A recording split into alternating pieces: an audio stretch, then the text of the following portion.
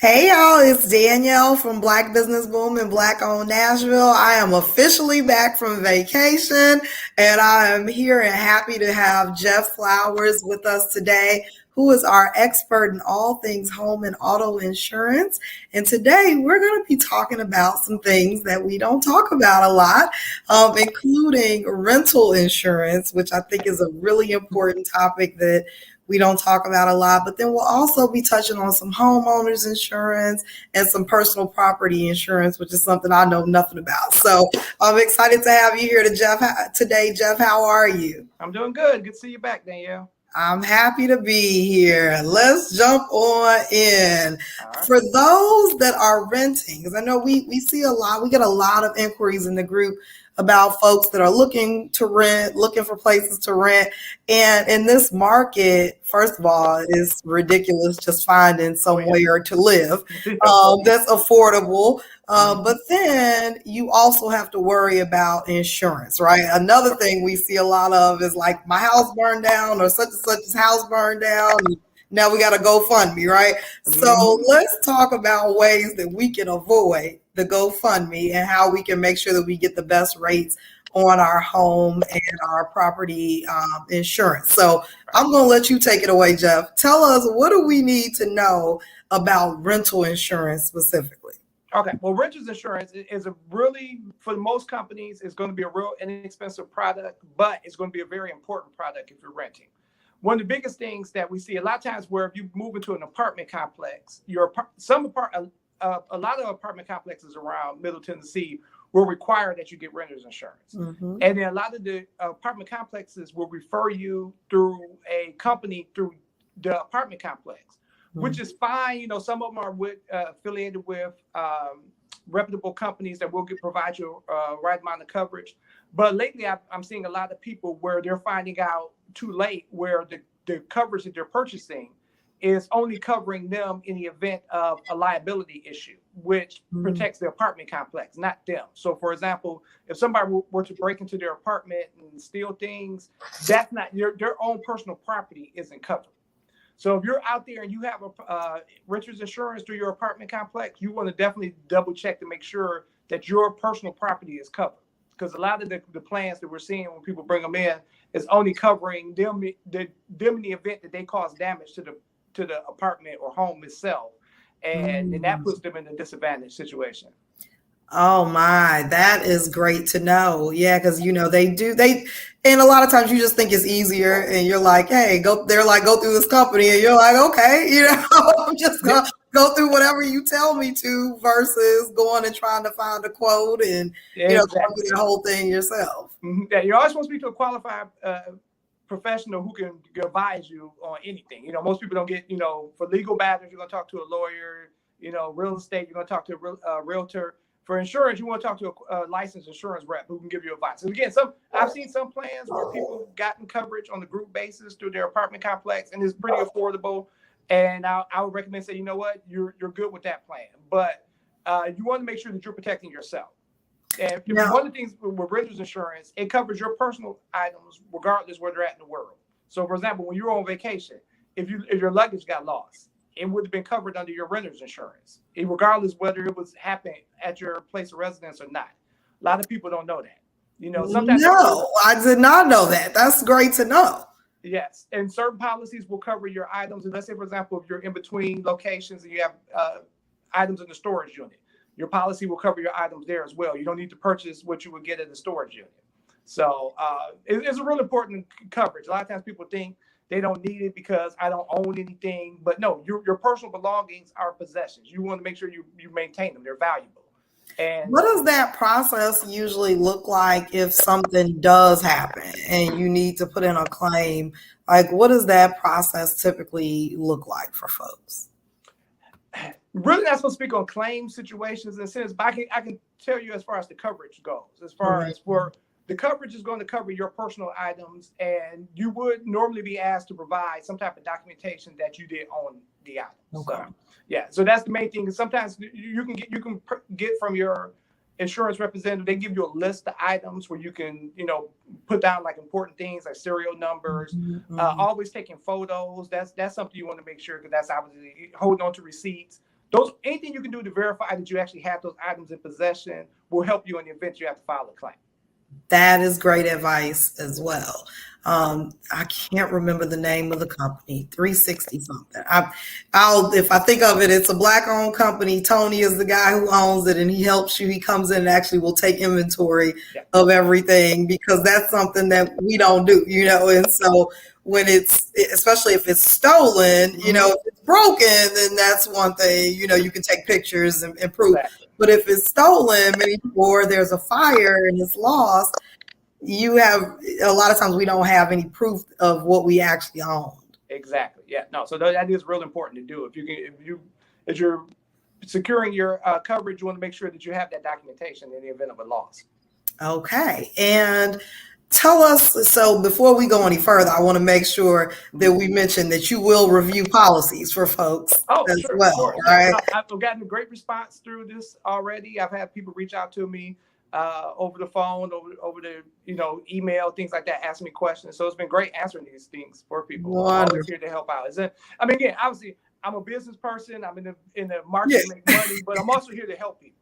So, absolutely. And like many of us just take whatever we're given, myself included. When I was renting, they were like, hey, this is the company we use. Yeah. And they even had it so that, like, if you didn't go get your own, they just automatically put you on a policy, through. Right. And I have no idea what the policy said or anything. I was just like, okay, well, I'm good to go. I have insurance, but I have no idea if it would truly cover me in the event that something catastrophic happened, or even a burglary or something like that happened. Right. Yeah. Typically that would. And now the other thing about it is, if your rental doesn't require you to have coverage, you still want to get coverage, because what happens is this. Let's say, for example, you are renting a place, your landlord doesn't require you to have insurance, and you actually cause damage to the home or the apartment, and now you're liable for the damages that you caused. The liability function of your renter's insurance would help protect you against that loss. So a lot of times people don't think that. They're thinking like, oh, I don't have to get it, I won't get it. And I have seen some pretty bad cases recently where people have had that occur and they were stuck without coverage. So it is a very important coverage. I tell people all the time, if you're renting, renter's insurance is one of the most important. I agree. I love it. And I've been forced to get it in all the rental situations I was in. But even as being a landlord, it's been something that I'm like, man, I wish this person would have had, coverage to cover them. And like you said, even damaging the property. So that's a great point, even for those that are landlords or considering getting into real estate on the landlord side. It's something to consider. How do you help your tenants to get policies as well? Oh, correct. Definitely. I love it. Now let's talk about homeowners insurance. Yeah. That's another one that typically we're forced, especially if you have a mortgage, you're forced to get it. But how do we go about getting the best policy, or making sure that we have all the coverage that we need? No, home insurance, definitely you want to speak to a qualified representative, because it's really a lot of times people when they get their home initially, they'll get referred either by their realtor or their mortgage rep. And a lot of times they're looking to get you, especially on the mortgage side, a mortgage representative is only trying to make sure that your debt to income ratios, everything adds up. And a lot of times they'll have budgeted how much you should pay or can pay for homeowner insurance in order to qualify for the mortgage. So I've seen a lot of people where ultimately they had policies that weren't beneficial to them, or were severely lacking in coverages, because that's what their mortgage rep set them up so that they can get the mortgage qualified. So you definitely want to have a representative who can review your policy, making sure you're covered for all the perils that you want to be covered against, and you're going to have that protection you need in the event that you happen. I mean, home insurance is the most important coverage to have, even right there with car insurance. I mean, if you regardless whether you're renting you're financing your house, especially if you own your house outright, you definitely want to make sure you have that protected. So what are some things that we should be thinking about that we may not have been thinking about when we initially got that policy, or some changes that may have occurred in our life or on the property that should cause us to revisit our policy? Well, one thing with home insurance, there's a couple different values associated with homes. Homes, there's the market value, there's the replacement value. And so you want to make sure your house is insured for what the replacement value would be. Like, for example, here in Middle Tennessee, we're seeing a lot of situations where the replacement value of your house may be a lot less than the market value. So let's say, for example, you own a house in Antioch, typical house in Antioch, from my experience, replacement value may be between 250 to 300,000. However, now the way the market values are going up, you may be, the house may be worth $400 to $500,000. Now, some people will encourage you to insure the house for $400,000 to $500,000, but the insurance company is only obligated to pay out what it's going to cost to replace your house. So I see a lot of times where people are over-insuring their houses, and you're not getting more coverage. So in the event, let's say, for example, you have that $600,000 policy, but your replacement value is $250,000. If you were to unfortunately sustain the total loss, the most your insurance company is going to pay out is going to be $250,000 in a lot of cases, and you were paying for extra coverage for nothing. So that's something where, I'm typically reviewing that with people and advising them to say, hey, you're overinsured. We can actually bring you down. There's other different coverages you can add that'll make sure that you have additional coverage in the event that the replacement value is more at the time of your loss. But you don't definitely want to be overinsured. I've seen that reduce people's home insurance by hundreds of dollars, to thousands of dollars a year, just by looking at what your replacement value is. Now, also, a lot of people have made changes to their homes, additions, all kinds of stuff, especially during COVID. Folks felt like they needed more space. They're working from home now, and they've upgraded their home. So is it also a good idea to check in with those upgrades to make sure that you are adequately insured? Exactly. Yeah. Now, that goes with the replacement value. Let's say, for example, that $250,000 house I was just talking about, you put in a $50,000 addition on there. Now, obviously, your house to replace is going to be $300,000. But if you're still insuring it for $250,000, if you were to sustain a loss, that additional portion could be denied by the insurance company because we weren't updated on that. So anytime you make any type of additions to something like that, you want to make sure you talk to your company, make any type of changes, and make sure that you have the adequate amount of coverage. All right, we learning things today, Jeff. I love it. Now, lastly, what is personal property insurance? Is this something totally separate from home and rental insurance? Yes and no. Now, you do have coverage for your personal property up to certain amounts under your home and your renter's insurance, especially for certain things like jewelry, watches, furs, firearms, computer equipment, professional equipment, things like that. There are certain limits to your policy. So that's something else you want to double check. Like, for example, there's a lot of musicians in Middle Tennessee.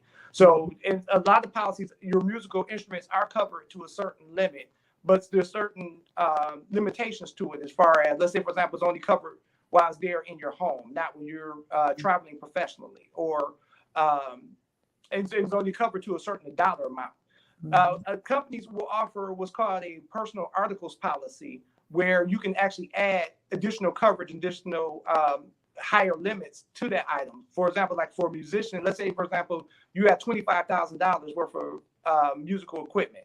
Most policies I've seen, they're between $5,000 to $10,000 worth of coverage, and it's only going to cover you for your personal use at your property. You can get a personal articles policy, which can have professional endorsement on it, so that as you're traveling between gigs, in the event something happens to your equipment, you actually have coverage for it. So that's a big one,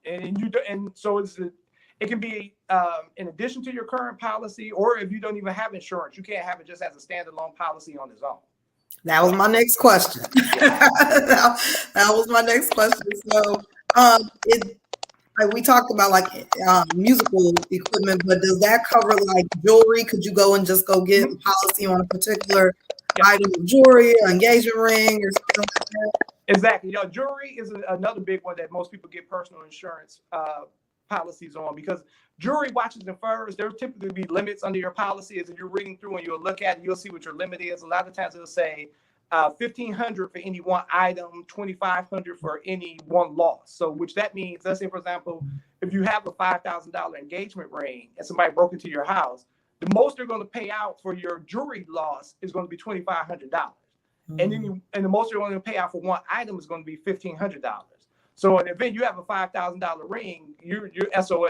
Just pretty much the only way I can tell you. So, but if you have a personal articles policy where it's going to cover the ring for what the appraised value of it would be. So then if you were to sustain a loss, then now obviously your ring is being replaced at the amount of a replacement. And then also the personal article policy expands upon the amount of coverages. Like your home and renter's insurance policy typically is only going to cover you for the losses that your house would be covered for. So fire, theft, vandalism, things like that. A personal article policy will cover it for mysterious disappearance. Like, let's say, for example, you just lose it somehow. You don't know how. That's actually covered under a personal articles policy. As opposed to if you just lose it in your house, that's not an actual loss. It would have to be a fire, theft, vandalism, things that's going to be covered for your home insurance. So that's a definite one people need to have as well. I love it. This was very helpful. I'm about to go and look into all of my policies. Oh, definitely. Because again, you just think you covered, and then next thing you know, you got to put in a claim, and they're like, "Oh, you only covered up to $1,500," and that nowhere near covers the actual loss in a lot of cases. And that's a big one too. And also firearms is another big one. I know that's a real important thing for a lot of people here, especially in the South. You want to make sure there's definite limits on your firearms. So a lot of times people will have, tens of thousands of dollars worth of firearms, and they come to find out they're only covering maybe like $1,000. So you want to make sure that you have, you want to make sure you definitely have coverage for that. And you can get that under a personal articles policy as well, so you can make sure your firearms are covered. So yeah, we got about 10 of them over here, so we definitely need to look at. You definitely. Yeah. My fiance, he act like we were preparing for the zombie apocalypse over here, so we definitely need to make sure that our policies are covering all of the stuff. This was very, very helpful, and someone just dropped in the comments and said this was extremely helpful for them as well. We appreciate you so much, Jeff. Tell people how they can get in touch with you if they just have more questions or they'd like you to look over a policy. Make sure that they're adequately insured or not overinsured. What's the best way for them to reach you? Yeah, you can call the number right there on the screen, 629-237-9453. You can also reach out at jefflowers.net. That has all my contact information directly here to my office.